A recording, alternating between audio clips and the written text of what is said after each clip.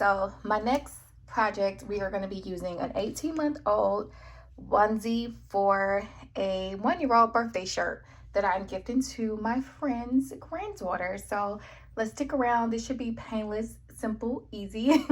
But of course, I will find a way to make something complicated. But let's hope not. Stay tuned. I'm going to be floating this, of course, using the Sticky Plus. Okay, so that's tearaway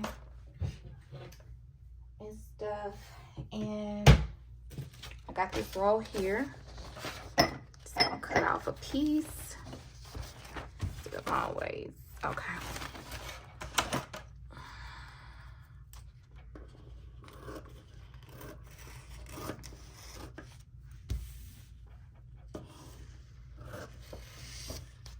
Well, this is tearaway stabilizer, y'all. Let's move our little fabric.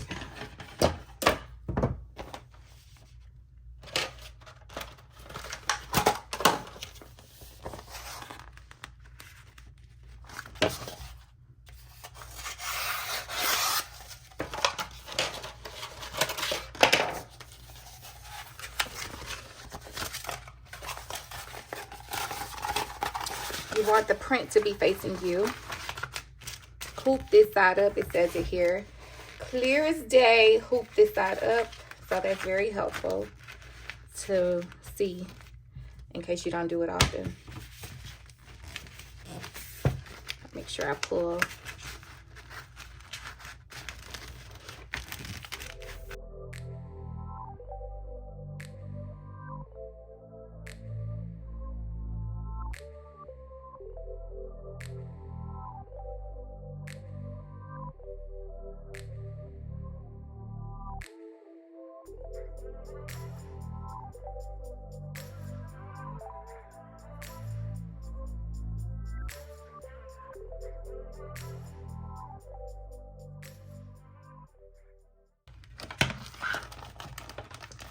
Go. All 4 in there, and we're gonna tighten this back up. I think that's the quickest I have hooped something in a minute. All right, nice and smooth. So what I'm gonna do now, we gotta peel this little piece off here, and I'm gonna use my Cricut weeding tool. Just grab you something sharp.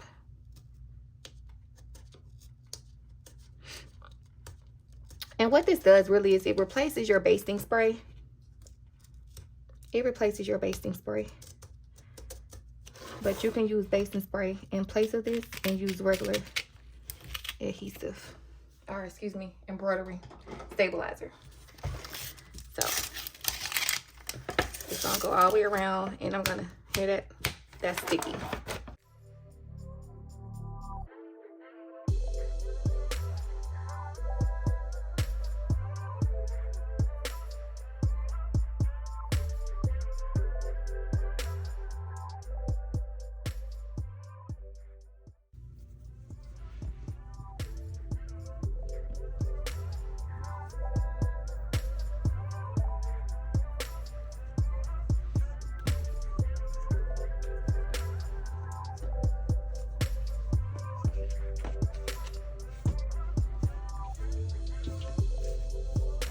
And we are now going to fold it.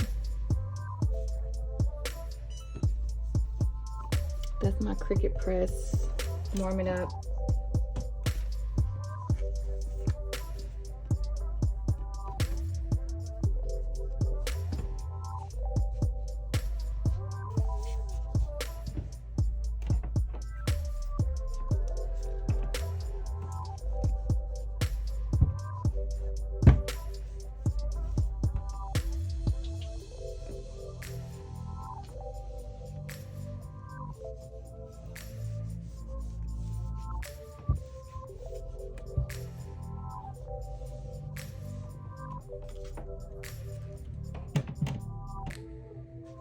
All right, so now we found our center, and we're gonna go ahead and just pin that. I just noticed I folded it in half, but you see how the middle technically should be like here on this third, and it's like all the way over here. So that's why I say the lining on these things aren't always accurate, so just pay attention. Oh my goodness.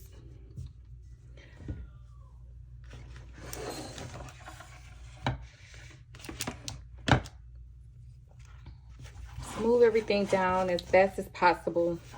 Use the pins that we inserted earlier to align with the top notch of your hoop and to the bottom notch of the hoop to make sure that everything is in there symmetrically. But because I'm hooping this project, you know, you really kind of have to babysit it now. And you got to move all this out the way as your machine is embroidering. I'm looking on the screen. My one is going to be down here in the corner, so I can just kind of follow it. But yeah. All right, we're going to press start and get this show on a roll. See? It's over here. I'll let this stitch out. Ooh, girl, I forgot to turn my bobbin thread to white.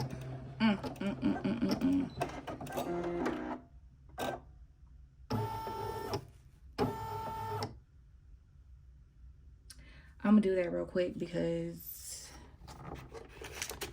and I might pull out these threads, so I'll be back. All right, so as y'all can see, that one is gone. I just took my seam ripper and I lightly went on the back side and clipped all of those little threads. So definitely make sure you're checking that. And then I'm gonna go back on our machine to step 1 and we're gonna start over. So that was simple. Pull all this extra out of the way.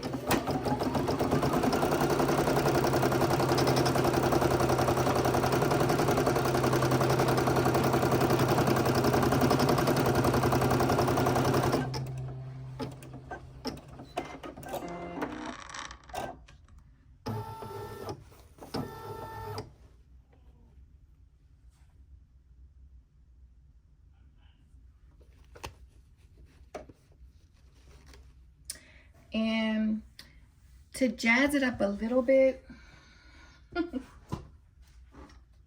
since I'm on this kick of applique,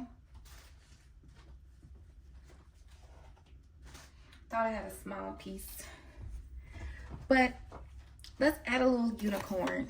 Okay, I've already done a heat transfer on this. I went through a lot of my scrap fabrics and I just added this on here for whatever reasons. So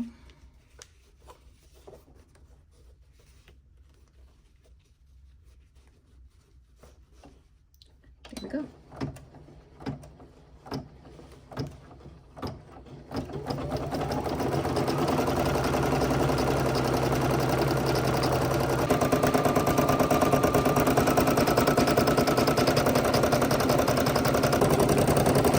So as y'all can see, I have to go in and like fix my bobbin, but most of this had already like printed out. I can't stay too long because I don't want things to get caught, but yeah, that bobbin tension and everything, your upper thread tension is very important, because if not, the bobbin color will pull through and you'll have this issue I had, which looks like ombre versus like a solid color that I'm getting now. So, ooh child, we gonna get there though with this embroidery.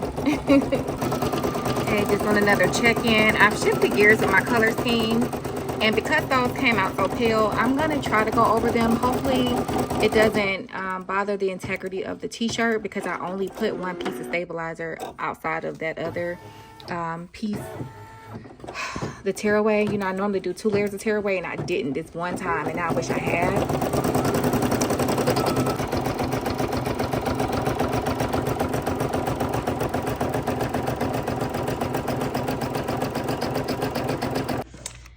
We are done. Let's go ahead and unhoop.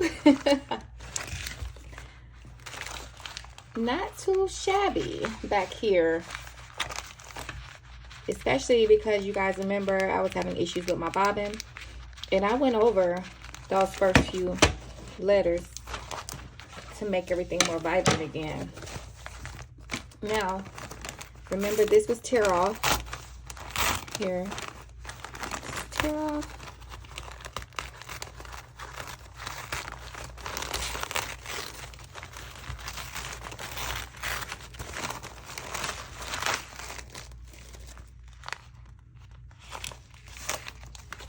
This is also tear off.